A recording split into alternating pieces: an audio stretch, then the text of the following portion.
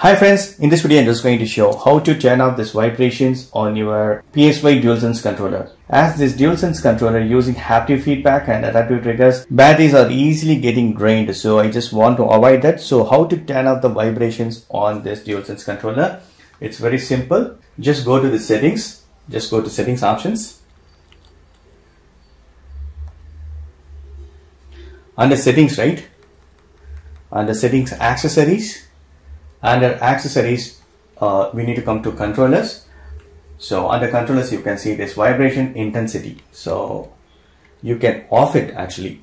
Medium, weak is there, but I'm going to choose off. Completely I'm going to turn off. Trigger effect intensity, and that also I'm going to turn it off. So that now the DualSense controller will not be vibrating. So this is the way you can turn off vibrate, or you can adjust the vibrations on your DualSense controller. So go to medium or off or weak. You need to choose both of this, then only the vibration, complete vibration will be turned off. Vibration intensity and trigger effect intensity. Now the vibration will be stopped in the DualSense controller. That's all friends. Thank you so much. Hope this video will be very much helpful. Take care. Bye friends.